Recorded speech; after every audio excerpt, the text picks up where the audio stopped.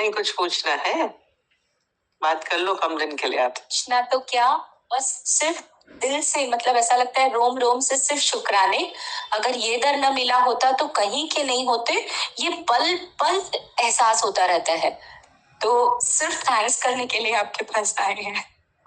और अभी जो गुरुजी बोल रहे थे वाणी में, वो बात बहुत लग रही थी कि तुम आत्मा सुन लिए हो, मतलब अंदर से तुमने सब जान लिया है, लेकिन प्रिटेंड करते हो बाहर से कि हाँ हाँ हाँ, लेकिन अंदर से तुम्हारे विचार, तुम्हारे वो राग द्वेष समत्व भाव किधर भी नहीं है। मतलब तुम अंदर से अलग हो और बाहर से अलग हो। तो ऐसा लग रहा था वो प्योरिटी, वो ऐसे अंदर बाहर से एक, वो समत्व भाव, ऐसा वो पक्का हो जाए।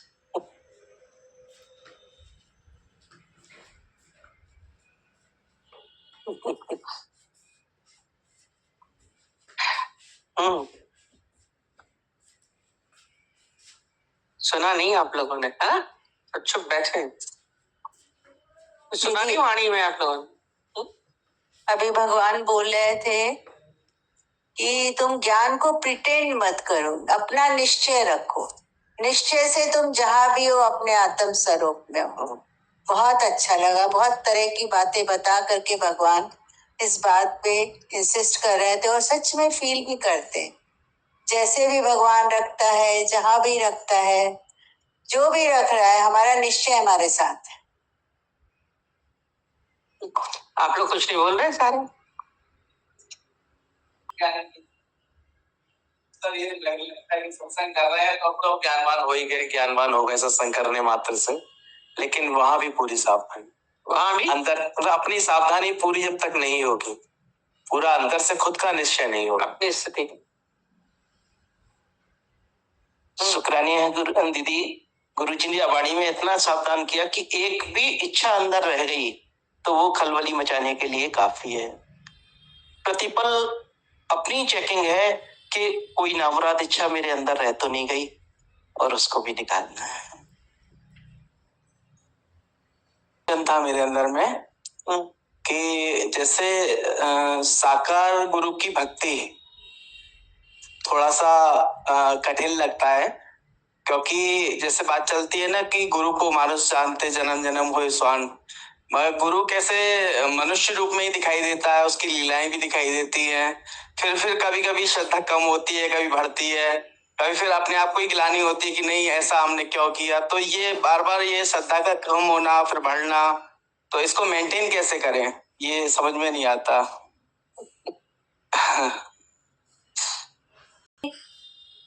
ब्रह्म ज्ञानी यश यप यश में एक रस रहता है, डुलायमान नहीं होता। दूसरा है सतगुरु तुमसे लगन मेरी लागी रहे, ब्रह्मकार वृत्ति मेरी जागती रहे। एक रस हो गए, आजकल तो रोज यही चलता है रस। तुम्हें कुछ बोलना है? इसको जिसको दे दिया करें, पूछती पहुंच गए आप लोग। हरिओम भगवान जी। भगवान जी, गुरु जी ने बताया कि एक बार जब मन में स्थिरता आ जाती है तो फिर वो अस्थिर नहीं होता है। बट ऐसा फील होता है कि कभी मन शांत होता है, कभी मन में ख्याल आते हैं। और गुरु जी ने बोला कि एक बार जो अंदर से आ जाएगा फिर वो चेंज नहीं होता ज्ञानी का। तो ये चीज फील कर रहे थे कि वो कैसे, कि मतलब कभी फील करते हैं ना कि मन कांस्टेंट हो गया, अभी कोई ख्याल नहीं है, बट कभी आते हैं ख्याल। भगवान जी ये बात समझ में नहीं आई कि जंगल में शेर एक ही रहता है। तो तुम्हें तो कहीं दिखते हैं, है ना? आगे नहीं समझ पाए, क्या बताए भगवान?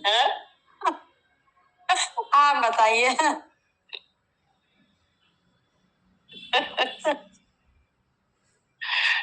जंगल में एक रहता है, शेर की कई रहते हैं। दीदी हाँ जी। नहीं, शेर वाला तो आप ही बताएंगे दीदी। गुरुजी ने आज बहुत अच्छी बात बोली कि हालातें परिस्थितियां आती रहती हैं, आपको उसमें एडजस्ट करके अपनी खुशी ढूंढ लेनी है हर बात में। जैसे कल भी आपने बताया था ना कि आपकी मर्जी हमारा मजा, वो चीज आज गुरुजी ने भी बोली कि हर बात में अपनी खुश रहने की वजह ढूंढ लेनी है, कोई भी हालात हो। Thank you. कोई अपने को नाग बोल सकता है पर क्वालिटी है, इसलिए कृष्ण अपनी विभूतियों में क्या बोल रहे हैं? मैं नागों में शेषनाग हूं। शेषनाग जो था वो सबसे बड़ा जो खास सर्प बोलते हैं ना, हाँ, उसके कई मुख होते हैं, कई मुख होते हैं। और थोड़ी सी कथा ये भी है कि वो सारा समय क्या बोलता है? राम राम बोलता है। और इसी के ऊपर पूरी पृथ्वी टिकी हुई है। अब पृथ्वी इतनी बड़ी, कथा में आ रहा है कि शेषनाग के ऊपर स्थित है। कैसे कैसे? तो इसकी खासियत नाग की क्या है कि वो एक ही स्थान पर रहता है, इधर उधर नहीं जाता, हिलता डुलता ज्यादा नहीं, हिलता डुलता नहीं है। और जब हिलेगा डुलेगा नहीं तभी तो इतनी बड़ी चीज उसके सर पे स्थिर होगी। यदि हिलता डुलता तो उसके ऊपर कोई चीज नहीं टिका सकते। एक बच्चे के ऊपर कोई घड़ा रख दीजिए तो कैसे होगा? हिलता डुलता रहता है, बच्चा स्थिर नहीं होता है। तो शेषनाग की क्वालिटी क्या है? वो स्थिर रहता है। इसीलिए कथाओं में है कि उसके ऊपर पूरी पृथ्वी टिकी हुई है। स्थिरता होनी बहुत जरूरी है। बिना स्थिरता के कुछ भी संभव नहीं है। हमारे जीवन में स्थिरता है? पूछिए, अपने आप से पूछिए। हमारा मन, हमारी इंद्रियां, हमारे हर समय आप देखिए चलती रहती हैं। इंद्रियां भी चल रही हैं, मन भी चल रहा है, विचार भी अंदर में हलचल कर रहे हैं, आपके भाव भी, सब मनोवृत्तियां क्या है? हलचल है। इसमें स्थिरता होना बहुत जरूरी। हमारे भीतर यदि स्थिरता, नाक मतलब ही होता है स्थिर, और इस ज्ञान के मार्ग में यदि स्थिरता नहीं होगी तब तक हम उस तक नहीं पहुंच सकते। पूरी पृथ्वी को संभाले है, इसीलिए उसको बोले शेष नाग मैं हूं। शेष बोला, फिर बोला इसमें जब आपके विचार हलचल हो रहे हैं, आपकी इंद्रियां हैं, आपका मन है, ये सब जो है, इन सब के बाद जो शेष बचता है वो मैं हूं, शेष नाग। परमात्मा क्या है? स्थिर है। परमात्मा में अस्थिरता नहीं है। और अपने भीतर भी कोशिश करिए कि हमारे भीतर भी अस्थिरता नहीं रहे। हम अपने आगे बताते ना, हमें रोकते थे, इंद्रियां बैठी है तो हिलिए डुलिए नहीं। अभी कितनी हलचल हो रही है, इतनी हलचल, देर से आने में फिर हलचल होती है। आपका मन भी नहीं स्थिर हो, इसलिए बोलते पहले आके बैठिए, आपका तन मन स्थिर होना चाहिए, तभी अंदर ज्ञान जाएगा। अपनी विभूतियों में जो अच्छे हैं उनको ले रहे हैं, वैसे नाक बोलेंगे तो बड़ा खराब है, पर उसकी क्वालिटी है, वो स्थिर है, अचल है। हमारे अंदर भी ऐसी अचलता होनी चाहिए। अचल, जो चलता फिरता नहीं। आपका मन नहीं चलना चाहिए। आपका मन सारा समय चलेगा, यहाँ बैठे बैठे आप चल रहे हैं, आपके विचार चल रहे हैं, इंद्रियां हलचल में है, ऊपर नीचे बोलते हैं। हमारे सामने आप लोग हिलते, हमारे अंदर हलचल होती है। आप लोग अपने को यहाँ बैठिए, हम बोलते हैं, और कोई तप नहीं करा रहे हैं आप लोगों से, हम लोग नहीं व्रत कराते हैं, नहीं उपवास कराते हैं। दादाजी से किसी ने पूछा था कि आप लोग कोई व्रत उपवास नहीं कराते हैं, आपके यहाँ तपस्या नहीं है? दादाजी ने बोला जो हमारे सामने बैठते हैं, उस इतनी देर एक साथ बैठते हैं, वो तप है। अपने को कोशिश करिए कि अपनी इंद्रियों को संयमित करिए। हमारा मन और इंद्रियां स्थिर होने चाहिए, यही अभ्यास करिए, तब होना चाहिए। जब तब होगा तब आप संभाल सकेंगे स्वयं को भी, पूरी पृथ्वी। ये शरीर क्या है? पृथ्वी तत्व। आप अपने को संभाल सकते हैं। स्थिर करना सीखिए। हमारी इंद्रिया, हमारा मन डावाडोल है रहा है, तो आपके चारों तरफ आपको हलचल ही हलचल लगेगी। आप सोते हैं, नींद कहते हैं, तो उस समय हिलते हैं। जब तक आपके अंदर हलचल होगी तो नींद नहीं हो सकती। चलते चलते कोई सोता है? चलते चलते कोई सोया है? बैठ के सोता है ना? स्थिरता चाहिए तो कहाँ शांति रहती है, फ्रेशनेस आती है। आप भी जब भीतर से स्थिर होंगे, आपका मन, इंद्रियां जब आपके संयम में होंगी, तो आपका क्या होगा? चित्त शांत होगा, फ्रेश होंगे। आप लोगों के अंदर फ्रेशनेस नहीं आती है। थका हुआ मन, थका हुआ शरीर, सारा समय नींद से उठ करके भी आप फ्रेश नहीं हो सकते यदि आपके विचारों और इंद्रियों में हलचल है। अभ्यास करिए, बैठे बैठे हमारे मन और इंद्रियां हमारे वश में हो। हम लोग ध्यान नहीं लगवाते, पर ध्यान है, सारा समय का ध्यान है। हमारी इंद्रियां हमारे वश में होनी चाहिए। दूसरा बोले, जलचरों में का अधिपति वरुण देवता हूं। वरुण देवता हूं जलचरों में। ये जो वरुण है, जल बोलते हैं, जितनी भी लिक्विड चीजें हैं जलचर, उसमें वरुण देवता को बोला जाता है। सबसे बड़ा है क्या, इसमें क्या होता है? आर्द्रता होती है, द्रव्यता होती है, शुष्कता नहीं होती, द्रव्यता। और इसमें सामर्थ्य होती है, दूसरे को भी द्रव्यता में ला सकता है। आज चीनी आपकी सॉलिड है, उसमें आप डालिए, वो क्या होगा? उसमें भी द्रव्यता आ जाएगी, लिक्विडिटी हो जाएगी। तो अपने अंदर ये बोल रही द्रव्यता, मैं हूं, वरुण देवता मैं हूं। और सबसे बड़ा, बहुत सारे वरुण हैं, जल बहुत जगह है, आपको देखिए तालाब में भी मिलेगा, नदी में भी मिलेगा, सब जगह आपको जल मिलता है। वर्षा का भी जल है, नाली में भी जल है, जल कुएं में भी है। पर उसमें सबसे बड़ा कौन है? अगर देखा जाए तो सागर सबसे बड़ा जल का स्रोत है। तो सबसे बड़ी चीजों में बोल रहे हैं कि वो मैं हूं, वैसे तो साधारण भाषा में, पर हमारे अंदर भी द्रव्यता होनी चाहिए। द्रव्यता माने क्या हो है? द्रव्यता में ही सरसता आती है, शुष्क नहीं बनी है।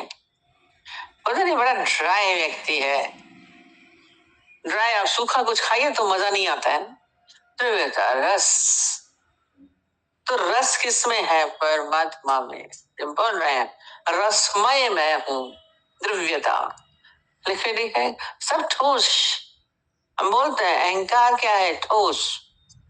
किसी को लग जाए तो बड़ी पीड़ा होती, ठोस पत्थर लगाइए तो बड़ी तेज लगेगा। तो ऐसे कठोर मत बनिए। द्रव्यता, वो बोल रहे हैं वो मैं हूं, वरुण मैं हूं। सिंधियों के तो वरुण देवता ही है। तो अंदर ऐसा द्रव्यता अपने भीतर लाइए, वो मैं हूं। हर एक के अंदर द्रव्यता है, जल तत्व तो सबके अंदर है, पर आपके भीतर, आपके स्वभाव में भी द्रव्यता आनी चाहिए। वरुण देवता मैं हूं, हम भी वही हैं, हमारे, हम अलग नहीं हैं। ऐसी सरसता है आपके भीतर। हम सोचे हमारे भीतर ऐसा तकलीफ ना हो, कोई किसी को हमारे से तकलीफ तो नहीं हो रही है, हमारे स्वभाव से, हमारे व्यवहार से। जल की तरह सॉफ्ट बनिए, सरसता लाइए अपने जीवन में। हम शुष्क जीवन जीते हैं, रूखा सूखा जीवन भी क्या जीवन है? रूखा सूखा जीवन भी क्या जीवन है? हमारे यहाँ तो हम तो कहते हैं, हिंदू लोगों में इतना ज्यादा, हर थोड़े दिनों में एक त्योहार ले आते हैं आपके जीवन को सरस बनाने के लिए। तो है, शुष्क ना हो, ड्राइनेस नहीं, रसमय जीवन को। जैसे बोल रहे हैं पितरों में अर्यमा, अर्यमा सा, पितरों में अर्यमा कहते हैं जैसे मरने के बाद सब क्या होते हैं, उसमें आप, हम सोचते शरीर से तो जना, पर क्या होते हैं? आप दिव्य स्वरूप हो जाते हैं। बनने के बाद नहीं बोले, आप परमात्मिक स्वरूप हो जाते हैं। वो शक्ति, पितरों को इसलिए पूजा जाता है, उस शक्ति को पूजा जाता है।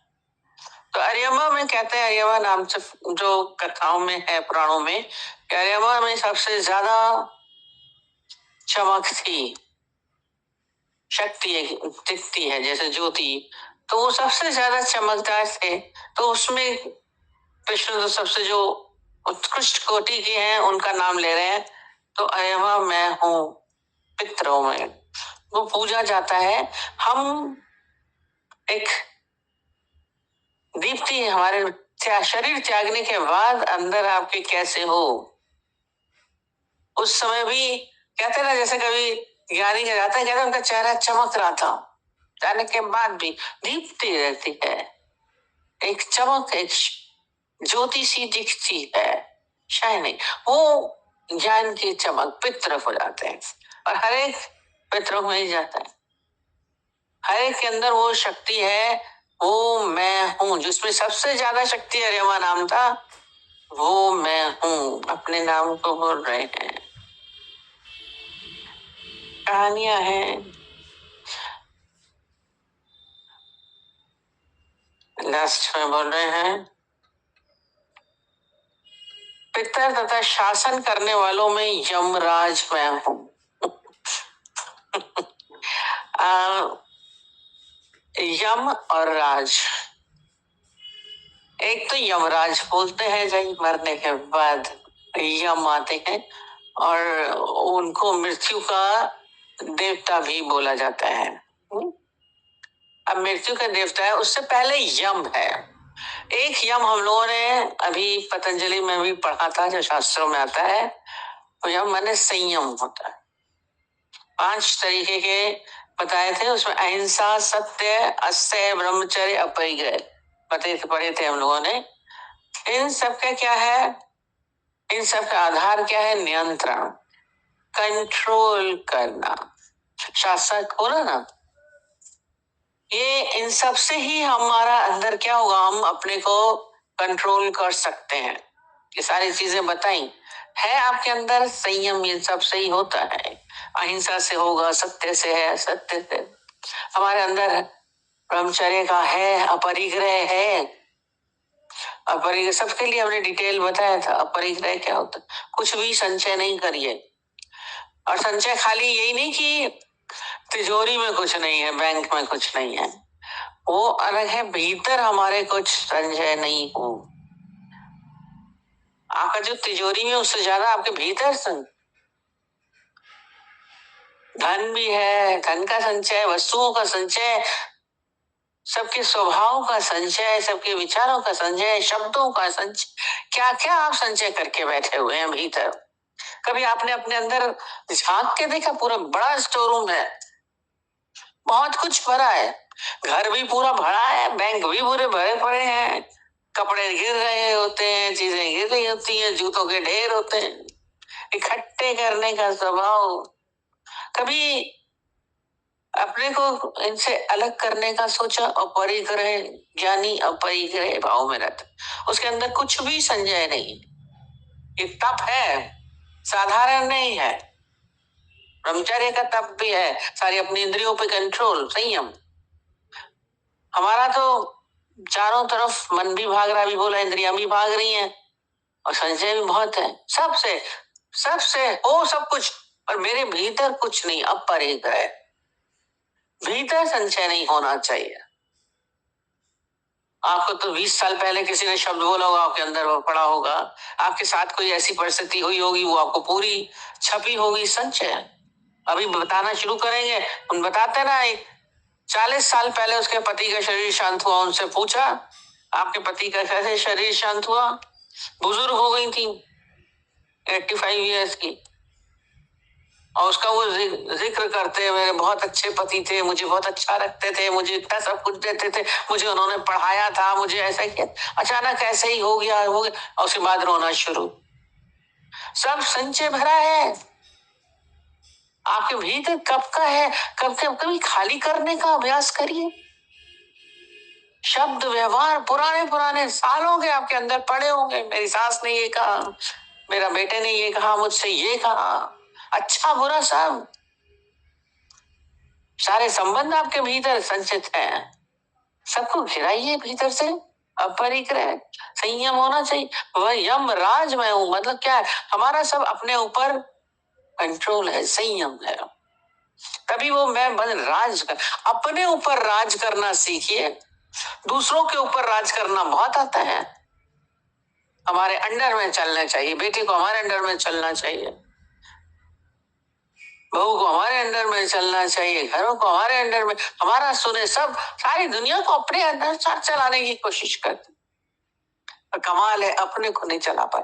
बन जाइए देश के शासक, होता है ना राजा, वो सबके ऊपर राज करता है, वो बोल रहे यमराज, मैं राज करने वाला हूं। सबसे पहले तो अपने राजा बनिए, सबके ऊपर तो बाद में राजा बनेंगे, पहले अपने राजा बनिए, शासक बनना। हम अपने शासक हैं, वो ना विचार आ जाते हैं, बातें हो जाती हैं, क्यों होती हैं, कंट्रोल करिए ना, कंट्रोल करते हैं, गलत काम हो जा रहे हैं, क्रोध आ जा रहा है, इच्छा हो जा रही है, विचार गलत चले जा रहे हैं, सपने में आ रहे हैं, रात हो रही, क्यों हो रहे हैं? खाली बोल रही है कि नहीं कि हमारे सपने बुरे हैं, हमारी इच्छाएं बुरी हैं, हमारे मन विचार है, नहीं होना चाहिए। हम उसको ऊपर, हमारे को अपना अधिकार हो, हम कंट्रोल कर सकते हैं, हम विचारों को गलत दिशा में नहीं जाने देंगे, अपनी इच्छाओं से हम अपने को हलचल में नहीं लाएंगे, कंट्रोल होना चाहिए। शासक बोला, यमराज, राज करिए, अपने राजा बना दिया मुझे, सतगुरु ने मुझे राजा बना दिया। कहाँ राजा बने, राजा बोला है, राजा बनिए, स्वयं के शासक, शासन करना चाहिए अपने ऊपर, तभी जीवन सुचारू रूप से, जो अच्छा शासक होता है उसका राज्य बहुत अच्छा चलता है। हम अपने ऊपर शासन करेंगे तो हमारा जीवन सुचारू रूप से चलेगा। आपका जीवन तो डगमग डगमग करता रहता है, अपने आप से ही आप सबसे जीता, तू अपने से हारा, अपने आप को ही उलझा के बैठे हुए। संयमित जीवन, हमारा जीवन संयमित होना चाहिए। हम ज्ञान में आए हैं, सत्संग में आए हैं, संयम होगा तो संयमित होगा, नहीं तो नहीं होगा। बिना संयम के संभव नहीं है। हमारे यहाँ कुछ भी बोलते नहीं है कि छोड़ो, ये नहीं करो, आप तो कुछ बोलते नहीं है, पर हमारा भीतर से पूरा संयम है, करने और न करने से, ये करो ये नहीं करो, नॉनवेज खाओ नहीं खाओ, कपड़े वाले पहनो नहीं पहनो, यहाँ जाओ या नहीं जाओ, कुछ भी नहीं है, पर आपका भीतर संयम होगा, तभी स्थिति बनेगी, हमारी जीवन तभी सुंदर होगा। हमारा जीवन हमने अपने आप को खराब करके रखा। शासन करने वाला, इसमें दूसरा शब्द बताया था कि मृत्यु के देवता भी यमराज हैं। क्यों अपने को यमराज बोल रहे हैं? यमराज मृत्यु का, मृत्यु के देवता क्यों है? मृत्यु एक अकाट्य सत्य है पूरा, मृत्यु तो आनी ही है, कोई भी मृत्यु से बच सकता है। आज तक कोई बचा? बड़े बड़े महाराजा बना के किले में अंदर गए कि हमें किले में बंद कर देखने का, हमारे पास मृत्यु नहीं आएगी। राजा परीक्षित को जो बोला था कि तक्षक सांप ना को मारे काटेगा तो तुम मरोगे, और मृत्यु से इतना भयभीत था वो, और उसने क्या किया, इसलिए मृत्यु से इतना डरने के कारण उसने क्या किया कि सांप तो कहीं ना कहीं कहां से आएगा, तो उसने पूरा एक शीशे का कमरा बनाया था पूरा बंद, उसके अंदर अपने को रख लिया, उसके अंदर रख लिया, और पता नहीं कहा किसी ने फूलों की माला पहनाई, उसमें सांप आ गया। मृत्यु से बचा? मृत्यु से बच सकता है? नहीं बच सकता है। इसलिए बोलते हैं वो मृत्यु का देवता मैं हूं, और मृत्यु एक तो सत्य है इसलिए वो मैं हूं, और दूसरा मृत्यु क्या करती है, वो अच्छा बुरा गलत सही, गरीब अमीर, सुंदर असुंदर, इंटेलिजेंट मूर्ख देखती है, कुछ सुंदर को भी ले जाएगी, असुंदर को भी ले जाएगी, गरीब को भी ले जाएगी, अमीर को भी। अमीर बचते हैं, उनको भी मृत्यु होती है, चाहे कोई भी हो, कोई बहुत, चाहे देवता है चाहे कुछ भी है, बहुत अच्छे हैं वो भी जा रहे हैं, दोनों में क्या है, वो सम है। तो अपने को यमराज बोला, माने जो अच्छा शासन करे उसमें ये पार्शलिटी नहीं होनी चाहिए, उसके लिए सब बराबर होने चाहिए। परमात्मा के राज्य में कोई छोटा बड़ा है, सबके साथ उनका न्याय होता है, सबके साथ। आप जैसे कर्म करोगे वैसा आपको फल मिलेगा, बोलते हैं। गलत करोगे तो गलत मिलेगा, अच्छा करोगे, न्याय है। भले सबसे दुनिया से छुप के किया, पर परमात्मा से नहीं बच सकते। यमराज, उसके शासन में तेरा मेरा छोटा बड़ा नहीं है। वो एक कथा आती है ना कि एक परमात्मा का न्याय आपके जीवन में आपको लगे कि हमारा नुकसान हो रहा है, हमारा खराब हो, जरा पीछे झांक के देख लीजिएगा, कहीं आपने तो बेईमानी नहीं की, आपके सामने आएगा। यमराज किसके आगे न्याय है, उसके यहाँ अन्याय नहीं होता है, बराबर है साकर, बराबर बोला ना। उसके लिए गलत नहीं है, कोई छोटा नहीं है, कोई बड़ा नहीं है, कोई अमीर नहीं है, कोई गरीब नहीं है, ना अच्छा है ना बुरा है। उड़ा दे मेरे जिस्म को ऐ मौत, बेशक उड़ा दे मेरे इस जिस्म। आप बोल सकते, क्यों? क्योंकि अपने को उन्होंने शरीर से अलग कर दिया, तब आपके मुख से ये शब्द निकलेंगे। नहीं तो आपके अंदर देखिए, कभी सोच के देखिए। हम बोलते थे, गीता भगवान बोलते थे, अपने ऊपर चादर डाल के देखो सफेद, भय लगेगा मर रहे हैं कि मैं मर गया, जीते जी मैं मर गया।